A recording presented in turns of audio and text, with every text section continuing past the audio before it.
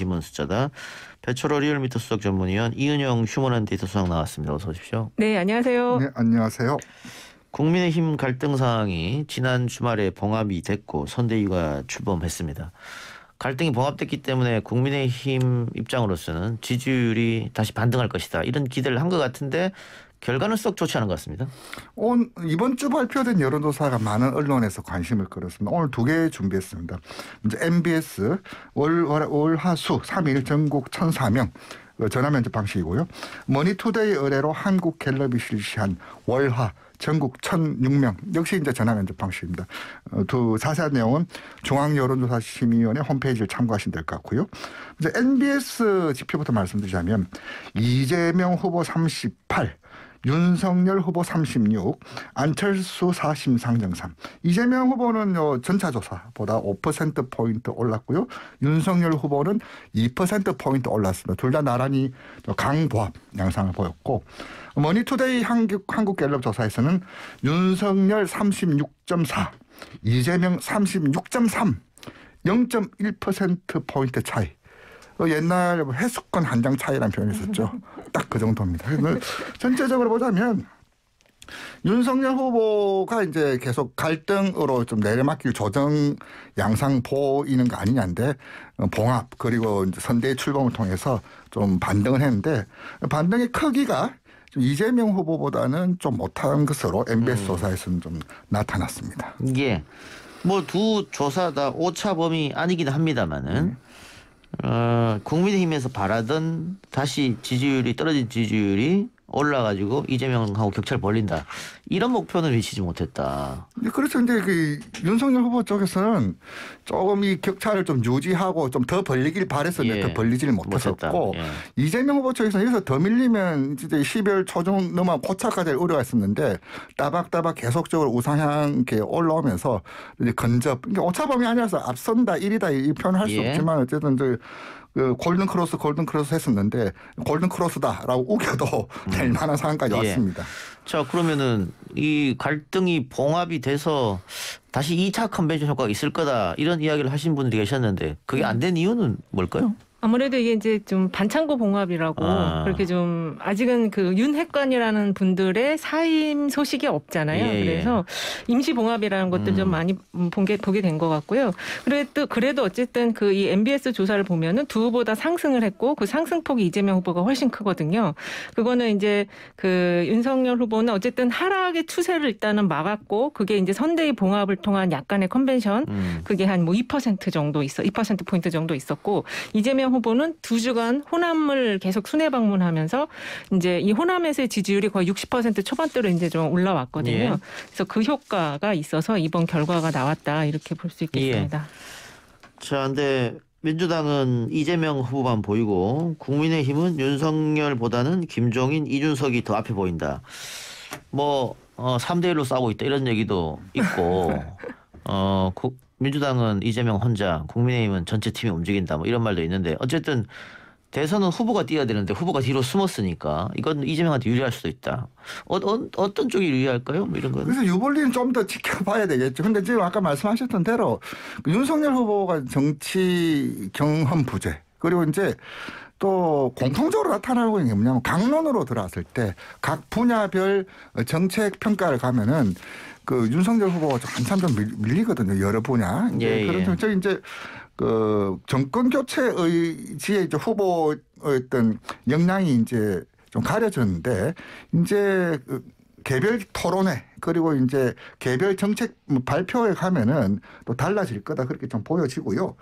이제 그렇게 이제 개별 후보 정책 역량이나 경험이 부족하니까 이제 보완제로 이제 김종인 위원장이나 이준석 대표가 좀 거들어 주는데 거들어 주는 것도 어디까지 그렇다고 대신 그 시험을 치를 수 없듯이 그렇죠. 대신 선거를 치를 수 없잖아요. 그러니까 후보가 오롯이 이제 혼자서 가야 되는데 그것이 이제 어떻게 나타날까? 대신 이재명 후보는 뭐 성남시장 경기도지사 하면서 정책 역량을 굉장히 좀 숙달된 분이죠. 그렇기 때문에 나란히 이제 직접 비교를 하는 상황, 이 상황이 이제 저는 좀 궁금하기도 하고 또 어떻게 평가가 이루어질지 좀 기대되는 대목입니다. 지금 이제 윤석열 후보의 그 발언 실수를 지금 보완하는 차원에서 윤석열 후보가 숨는 그 전략보다는 이재명 후보가 보이는 전략이 이제 전체 국회의원들이 안 도와주는 것처럼 보일 수도 있지만 이재명 후보가 독보적으로 보이는 게 이제 그 이재명 후보를 지지했지만 민주당을 싫어하는 층이 상당히 있거든요.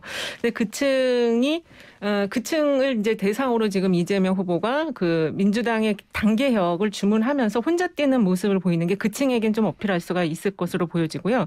그리고 이재명 후보가 지금 상승폭이 굉장히 커요. 이 대목을 좀 주의 깊게 봐야 되는데 이게 이제 호남 방문의 영향뿐만 아니라 그 사이에 윤석열 후보가 움직이지 않는 동안에 이 후보가 많은 공약들과 여러 가지 그 태도 변화의 모습들을 보여줬거든요. 그래서 이게 주는 시그널이 민주당이 어떤 그동안 기득권화된 그런 모습을 이재명 후보가 혼자서 타파하고 있다. 이런 부분이 정말 너무 안 됐다. 이런 여론도 좀 같이 형성이 되는 것 같아요. 알겠습니다. 어쨌든 조금 더 지켜봐야 할 것 같고요. 네.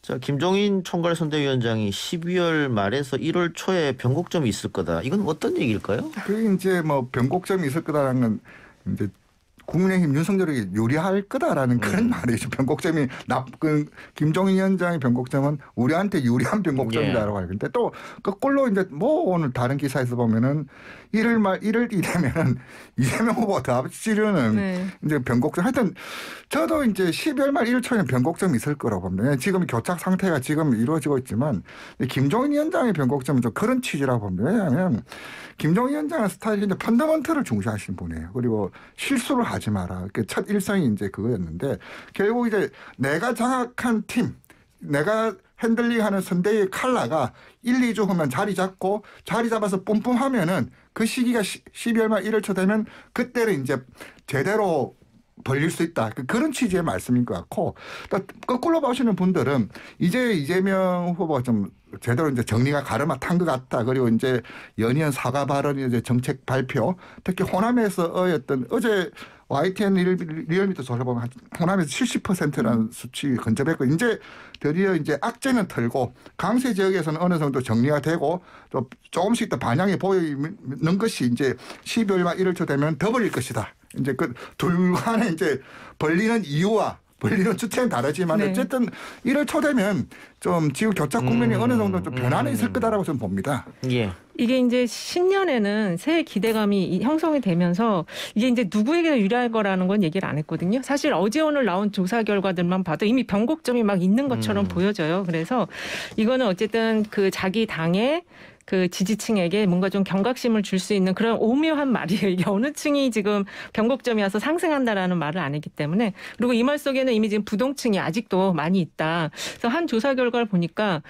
보통은 이제 대선 후보를 결정하는 표심을 한 일주일 전 또는 3일 전에 결정한다고 많이 좀 알려져 있었는데 이번에는 3주 전 거의 한 달 전부터는 후보들을 지켜보겠다 이런 조사가 한 3분의 1 정도 그렇게 응답한 층이 있었더라고요. 그래서 1월 초나 이때부터는 이제 본격적으로 그 후보들의 행보를 좀 주의 깊게 보면서 표심을 결정할 거다. 이런 것도 반영된 것 같습니다. 근데 예전과는 다르게 요즘은 투표일을 본투표일이 아니라 사전투표일로 그리 보자면 12주 플러스 1일이면 투표가 되고 있어요. 그렇죠. 12주면 굉장히 짧은 시간이거든요. 본선거 운동 3주 빼버리면 얼마 안 되는데 저기 이제 우리 이현영 소장님 그 정확한 포인트 지적해 주셨는데 이제 이를 되면은 이제는 선택 그 순간이 이제 따박따박 오고 이제 그때부터는 선택의 흐름이 어느 방향이든지 어느 후보든지 본격적으로 움직인다. 그 시기가는 분명해 보입니다. 그렇죠. 그게 좀 빨라지고 있는 거죠. 뭐 관련해서 이해찬 전 대표도 뭐 사전 선거도 있고 하기 때문에 1월 말쯤에 앞서는 사람이 이길 것이다. 뭐 그런 얘기도 하긴 했었는데 좀 지켜보고요. 자, 아까 우리가 두 가지 여론조사 소개했던 MBS하고 갤럽조사가 월화조사, 월화수조사였잖아요. MBS는 월화수 3일, 갤럽조사는 월화 이틀인데 지금 요 며칠 정치권에서 가장 시끄러웠던 인물은 이제 노재성 씨입니다.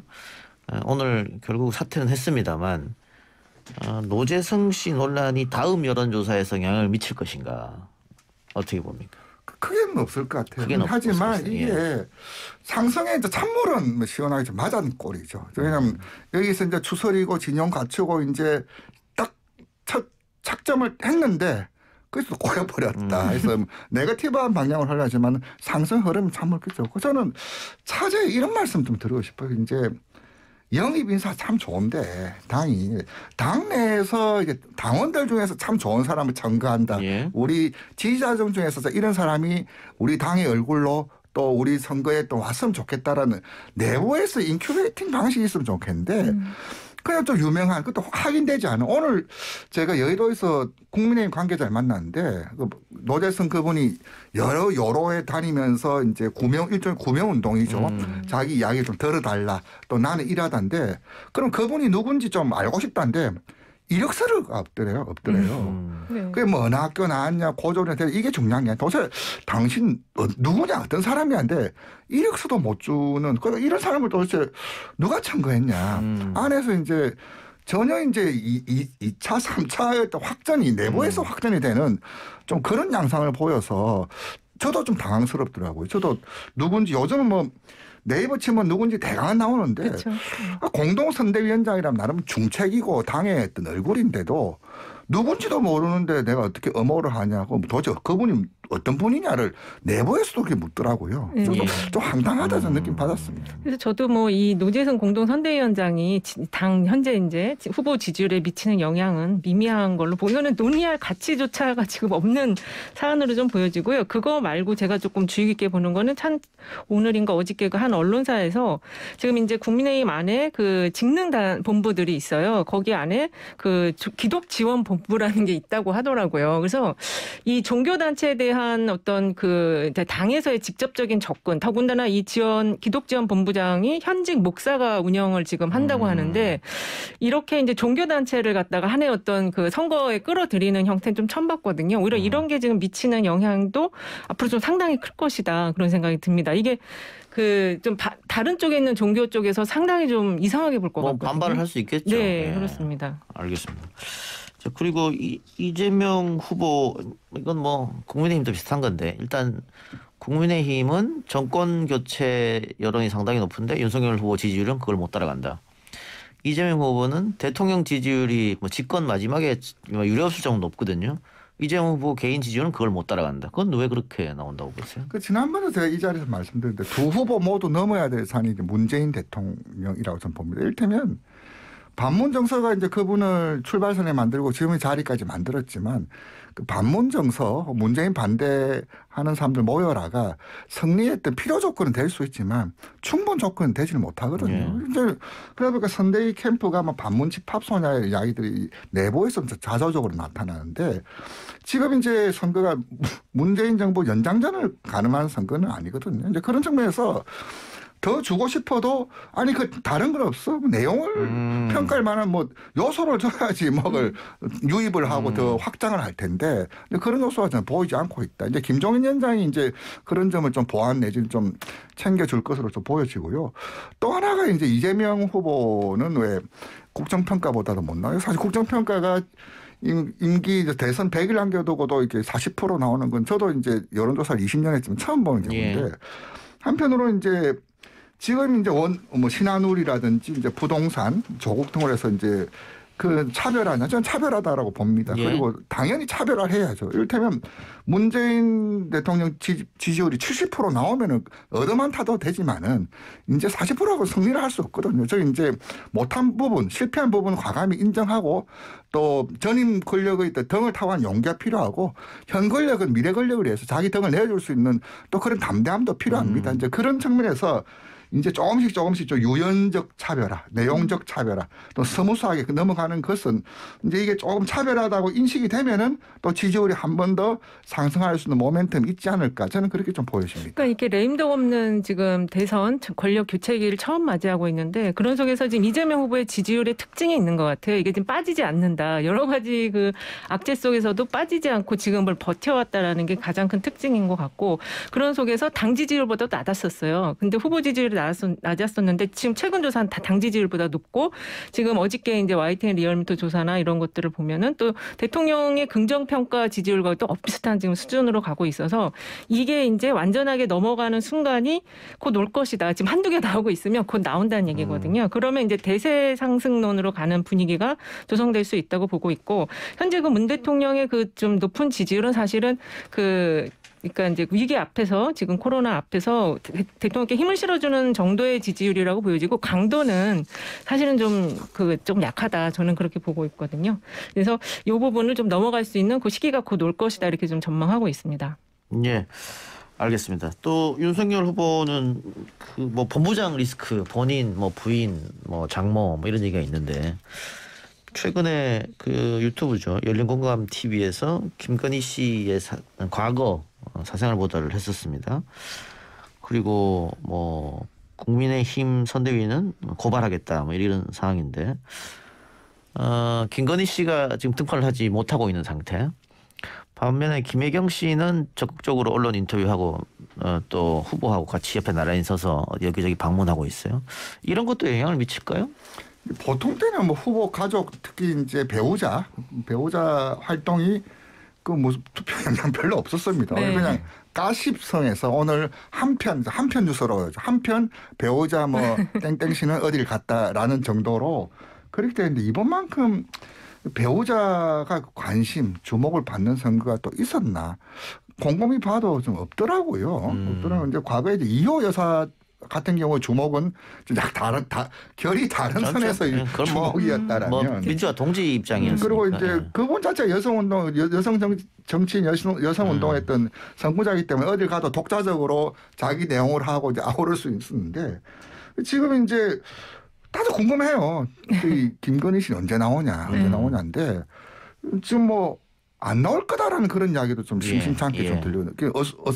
어설프게 나왔다가는 이게 뭐 수습 불가능 상태로 가기 때문인데 그래서 이런 게 과연 맞나? 만약 안 나온다라면은 그 자체로 좀 큰 윤석열 후보에 큰 도움은 되지 않을 거라고 봐요. 당연히 도움이 안 되죠. 그러면 만약 당선된다면 퍼스트 레이디로 해외도 가고 우리 대신해서 가야 되는데 그런 사람들 그러지도 못하는 그렇죠. 보지도 못하는 이게 과연 경우에 맞냐. 저는 이게 피할 수 없는 문제인데 저 어떻게 생각하는지 저도 궁금합니다. 저도. 최근에 그 배우자에 대한 호감도 조사들이 몇 군데서 나오고 있어요. 벌써 2군데서 나왔는데 이것도 하나의 지표가 지금 될 조짐을 보이고 있거든요. 이런 경우는 없었던 것 같고 특히 이제 김혜경 여사보다는 김건희 여사의 비호감도가 상당히 높습니다. 제일 높은 게 40대층이에요. 그리고 50대층도 높은데 제가 좀 정성 조사를 해보니까 고령층에서도 상당히 높아요. 이게 고령층은 아직까지 좀 국모로 보는 인식이 있으셔가지고 이제 유튜브에 돌아다니는 여러 가지 이야기를 가지고 이게 사실이냐부터 해서 의심과 고민을 많이 하시는 모습을 봤습니다. 그래서 이 고령자층에 대한 어떤 접근을 김혜경 여사가 상당히 하신다면 또 이게 큰 득점 포인트가 될 수도 있겠다. 영향을 미칠 수 있겠다. 뭐 이수정 선대위원장이 뭐 대통령 뽑는 선거지 국모이겠지. 그리고 또 이제 후보를 봐야지 왜 주변을 보냐라고 이제 미리 실드 치고 이제 가스를 빼고 있지만 가스를 빼려고 하는데 가차 쉽게 빠지지는 않을 것 같아요. 예, 알겠습니다. 어쨌든 그것도 하나 변수의 하나일 수도 있다. 이런 말씀이고 어느 한 조사에서 고소득층일수록 이재명을 지지하고 중하위층에서는 윤석열을 지지한다. 이런 결과도 있습니다. 이건 어떻게 해석해야 됩니까? 이게 비단 이번뿐만 아닙니다. 이제 연구 주제들 많이 들어요. 왜 그 저소득층은 보수 정당을 지지할까? 이번뿐이 아니다. 이번뿐이 아니죠. 심지어 이제 2000년 초반 민주노동당을 지지하는 층들이 보면은 노동자, 서민 없는 분들이 아닙니다. 전문직, 고소득층이었어요. 이제 이게 그러면서 저희들도 저희 과거가 언뜻 드러나는데 제가 일단 민주노동당 정책위에 근무를 했었는데 저희들도 궁금해. 도대체 우리를 위한 정당이 우리를 왜 지지하지 않을까? 그때도 이제 왜 저소득 고연령층은 왜 한나라당을 지지할까? 당신들을 위해서 나서는 사람은 우리인데 그런 불일치란 게 사실 꽤 오래된 일이거든요. 이제 그러면 고소득층 입장에서 일단 이념적으로 또 그네들의 어떤 보수화라는 게 체득형 보수거든요. 학습형 보수가 아니라 이미 그 한국 전쟁을 거치려면서 이미 선악이 분명히 갈렸던 정당의 있던 뭐 일체감이 정말 분명히 갈리죠. 그 점에 있어서는 아직도 민주당은 불안한 정당이에요. 그리고 성장을 해야지 나한테 혜택이 온다라는 그런 생각을 가지고 있는 상황에서는 성장 일변도의 정책 또 보수적인 정당을 선호하는 것은 꽤 오래된 현상인데 비단 이번만은 문제는 아니에요. 저는 배 의원님하고 좀 생각이 다른데 사실 지금 이재명 후보의 핵심 지지층이 40대, 50대거든요. 이 층이 그 소득 수준으로 보면 가장 돈을 많이 버는 계층이에요. 그렇기 때문에 고소득층이 지지할 수밖에 없는 상황이고 그리고 민주당 같은 경우가 2016년 이후에 그 권리당원 구성 현황을 보면은 거의 아파트 정당이라고 할 정도로 그 수도권의 아파트에 사시는 분들이 민주당을 많이 지지를 했었거든요. 그래서 과거하고는 완전히 그 당 지지층의 이 소득 구조 현황이 완전히 바뀌었다. 그런 면에서 이 조사가 그런 것들을 반영하는 조사라고 좀 보여지거든요. 알겠습니다. 하나만 네. 더 합시다. 자, 아직 무응답층이 여론조사 무응답층이 꽤 있습니다. 꽤 있는데 특히 20대 여성이 무응답이 좀 많더라. 그러면은 이분들은 사실은 지금 국민의힘 지지하기도 못하고 그렇다고 민주당을 지지하기도 못하는 그런 상황 아니냐. 그러니까 이준석 대표가 철저하게 여기에 대해서는 선을 긋는 모습이잖아요. 이수정 교수 영입도 안 된다 그러고 2030 남성한테만 너무 손을 내미는 거 아니냐. 그러다 보니까는 2030 여성들이 국민의힘에 못 간다. 그런데 민주당 이재명 후보는 또 이재명 후보 자체로 비호감이 또 높기 때문에 여성에 있어서는 네. 이분들을 어떻게 마지막에 선택을 해야 될 텐데 어떻게 될 거라고 보세요? 이것이 이제 JTBC에서 이 보도가 나오면서 그렇죠. 오늘 화제가 좀 되었어요. 찐 부동층은 네. 이대녀더라. 이대녀더라. 이제 언젠가 그분들도 선택의 시간, 선택했던 그 결정할 수 있는 그 계기가 올 텐데요. 보자면은 이제 이대녀들 그 20대 같은 경우는 그 세대 요인도 있지만 그 안에서도 젠더 요인이나 이대남과 이대녀는 좀 극명히 좀 다르더라고요. 저희 조사를 두고 이야기했는데 리얼미터 오마이뉴스 그 조사를 근거로 해서 이제 이야기가 나왔는데 20대 남하고 20대 여하고는 또 그 안에서도 20대 한 덩어리로 볼 수 없을 만큼의 또 정향성에 좀 뚜렷한 차이는 있었습니다. 비단 이번 대선뿐만 아니라 그게 한 1, 2년 이른바 젠더 문제가 나올 때부터 그 나왔던 게 이번 대선은 좀 극명히 나타났는데 결국 20대녀를 잡는 층이 이제 20대 전체를 좀 포획한다는 그런 가설은 저는 어느 정도 좀 설득력이 있다라고 좀 봅니다. 지금 20대층이 지난 그 오마이뉴스 리얼미터 조사 보면 거의 한 30% 가까이 이대녀층이 이제 무응답층을 보이고 있는데 사실 여기에는 그 좀 아직은 팩트가 아닌 그런 좀 이상한 뉴스들 있잖아요. 이런 게 이제 이 20대층은 이미 보는 뉴스 매체가 좀 달라요. 많이 다르고 친구나 이쪽으로부터 정보들을 많이 얻는데 그 뭐 소년공이 아니었다, 소년원 출시다, 막 이런 그 이상한 그런 소문들이 이들 계층에 굉장히 아하. 이 후보에 대한 어떤 그 신뢰도나 이런 걸 좀 떨어뜨리는 요인인 것 같거든요. 그래서 그런 것도 저는 이 무당층을 늘리는 그런 하나의 요인인 것 같습니다. 우리가 봤을 때는 그 말도 안 되는 가짜 뉴스에 누가 현혹이 되겠느냐 하지만은 넘어가는 층이 흔들리는 사람은 분명히 있어요. 있다. 예, 특히 젊은 층의 이 여성층들이 많이 또 흔들리는. 왜냐하면 친구들로부터 그런 이야기를 막 듣거든요. 예. 그리고 요즘엔 뭐 SNS가 워낙 활성화되다 보니까 그 소년공이 아니고 범죄를 저지른 소년원 출신이다 이런 가짜 뉴스가 뭐 카카오톡이라든가 네. 뭐 여러 가지로 SNS로 퍼지면 금방 퍼지잖아요 요즘. 저도 그것 때문에 막 저희 친구들하고 막 싸웠어요. 이거는 아니다. 근데 막 믿는 거예요 그거를. 그래요. 네. 그러면 이런저런 가짜 뉴스는 선거 막판으로 가면 갈수록 더 심할 텐데요. 또 요동칠 텐데. 이번에는 그 네거티브가 지난 선거 다 합친 것보다도 몇 배의 수준으로 나왔고 마지막에 가짜뉴스가 지금 번성할 그런 토양이 지금 충분히 갖춰져 있거든요. 예. 혼탁한 선거가 될 것 같네. 안타깝습니다. 오늘 말씀 여기서 마치겠습니다. 지금까지 배철호 리얼미터 전문위원 이은영 휴먼앤데이터 소장이었습니다. 고맙습니다. 네, 감사합니다. 네, 감사합니다.